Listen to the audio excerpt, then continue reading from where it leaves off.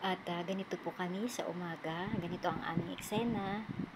Palagi iyan, umaga pa lang mag-aayos na ako ng kanyang diaper. Sa magdamag kasi napupuno na, so papalitan ko na siya, ayusin ko siya, pupunasan or liliguan para sa pag-prepare namin ng almusal nila o namin lahat. Kung napapansin niyo po, ayan meron akong mga karton dyan sa paligid namin kasi para nilalagay ko rin siya para masuportahan minsan kasi pag bigla siyang tumayo, sinumpong, tatama siya doon sa pader o babagsak dun sa baba. Kaya nilalagyan ko siya ng mga karton suporta dyan, karton. O kaya yung mga karton yan talagang binibili o hinihingi ko rin kasi para pang sapin sa steel bed kung saan yun ang hinihigaan ng pamangkin ko.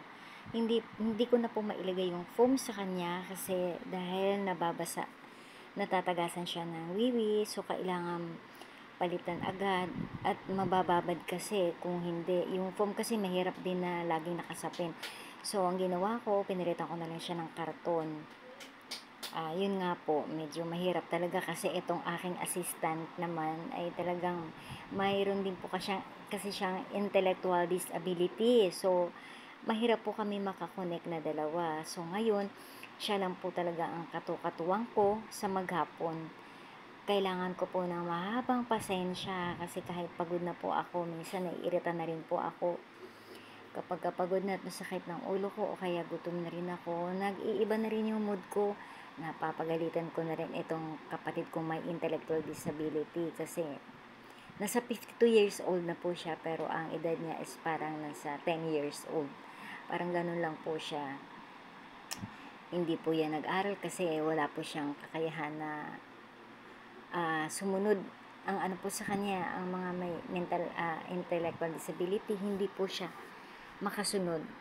Nahihirapan po silang sumunod, nahihirapan silang umintindi, nahihirapan silang tandaan yung mga bagay. So, ayan po, ganyan siya. Yan, napamangkin ko na yan, hindi po pwedeng walang tao. Ayan, ganyan po siya kapag sinusumpong, hindi po pwedeng walang kasama talaga. Kasi any moment, bumabagsak siya. Pwede siyang bumagsak dyan, sa sahig. Maraming beses na nga po nangyari yan na bumagsak siya. So, talagang kailangan bantayan din ng pamangkin ko, ng kapatid ko, ang pamangkin ko. Ayun po, yan ang ginagawa niya. Kaya kailangan ko rin po ng makakasama dahil kung wala po yung kapatid ko na may intellectual disability, malamang ako, hindi ko alam kung paano ako kikilos. Wala naman pong ibang magbabantay sa kanya. Kailangan po niya talaga may magbantay. So, ganyan po ang routine namin sa maghapon. Maraming pag-focus lang, wala po akong magagawa. Ayun, kung narinig niyo yung ingay, siya yun yung pamangkin ko na pagka sinusumpong siya ng epilepsy niya, sumisigaw siya o kaya para siyang ibon na sumisigaw ng parang ibon yung ano niya, ganun po. Kaya medyo yung mga nakakarinig buti na lang sa gabi, pag maingay yan, naka-aircon sila, hindi na masyadong naririnig. Ayan, nagne-nail cutter naman ako ng mga kuko nila, silang dalawa. Kailangan po ganyan focus. Lahat po ng trabaho ay sa akin, gawa ng ako lang naman ang gumagawa dahil ina ng tahanan, lahat, luto, laba, lahat. Kaya hindi ko sila masyadong napopokusan.